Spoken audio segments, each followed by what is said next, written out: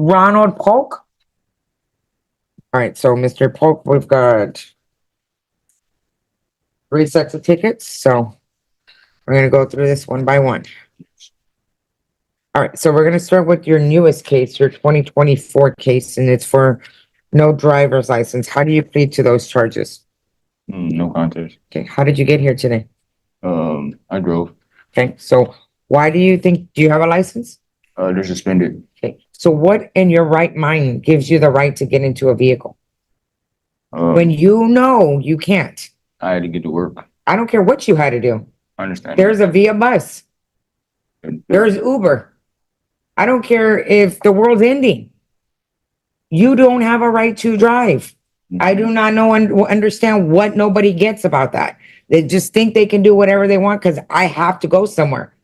Too bad. If you have to go somewhere, go to DPS. That's what you need to be going. What is the issue with your driver's license? I'm guessing these other tickets, correct? I believe so. Okay, is this your only set of tickets or do you have tickets at any other court? No, these are the only tickets. These are the only tickets. That I'm aware of. So hand over the keys because now we got to treat you like a little kid because you can't do it on your own.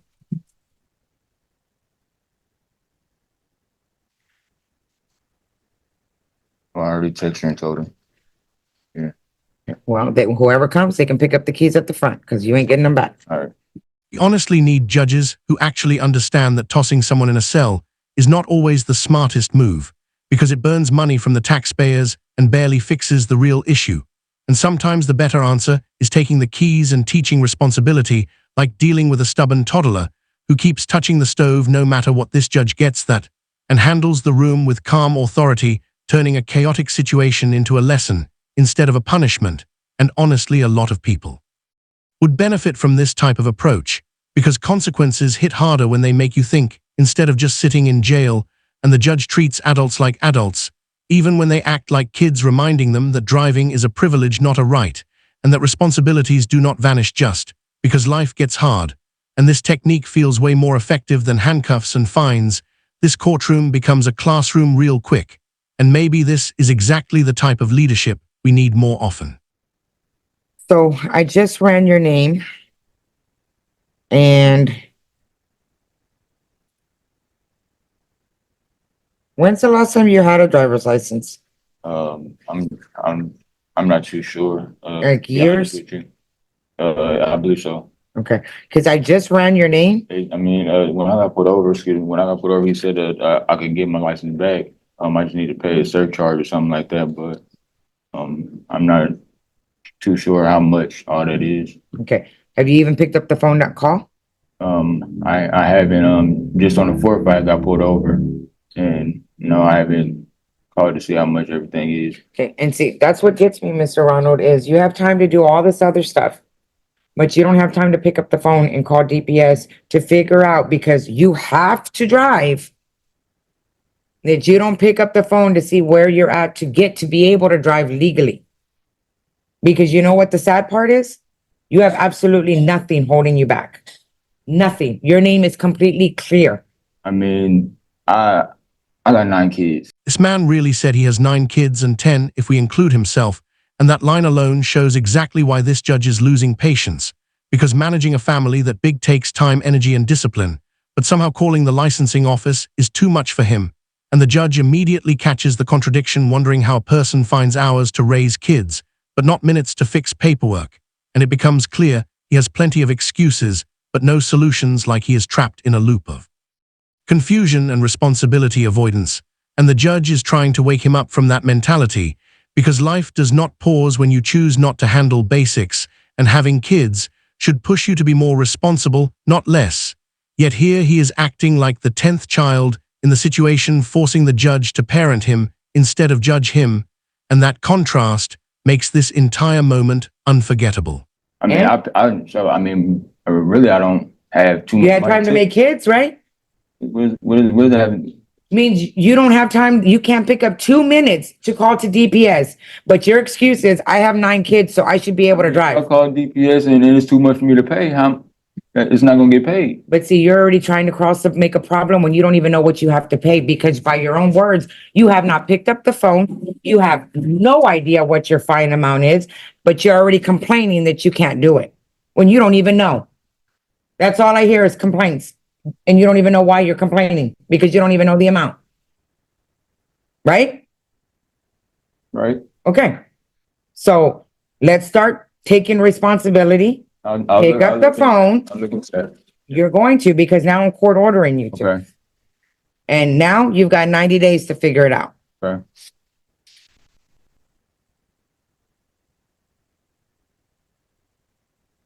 To figure what out, how much it costs, or to get them back. I don't know. You're gonna have to figure all that out, not me. All right.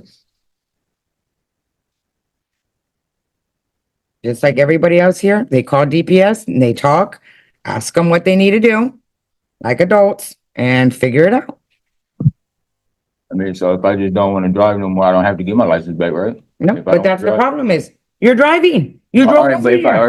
if I don't drive no more, I don't have to get my license back, right? No, Okay. but that's not what I'm asking you. Now I'm court ordering, you're gonna get it. So you're ordering me to get my license. Yep.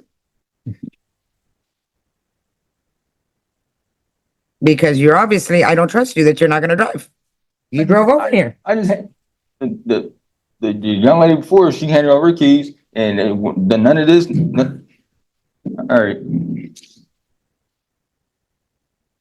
You don't trust me not to drive.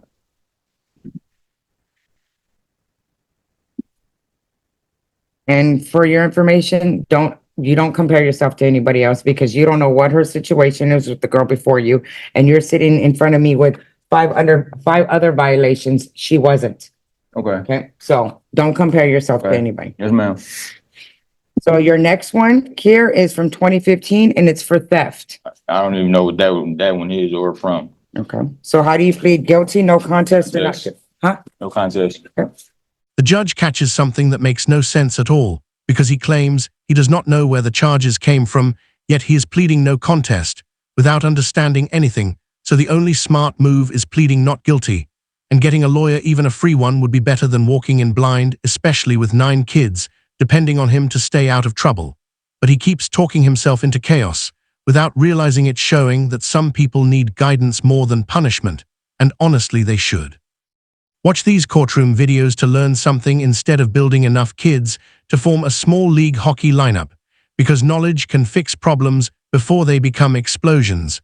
But excuses do nothing except stack more charges, and this whole situation proves how fast things get worse when someone refuses to slow down and think clearly.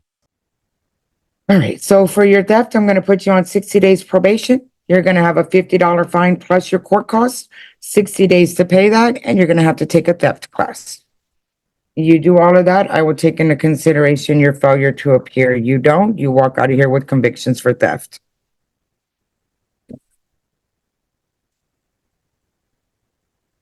Excuse me? Excuse me? Nothing. I didn't think so. I didn't think it. You want to say one more word and I'll slap some handcuffs on you, because I'm not in the mood for you today. You brought yourself here, and don't get mad because we're telling you the truth.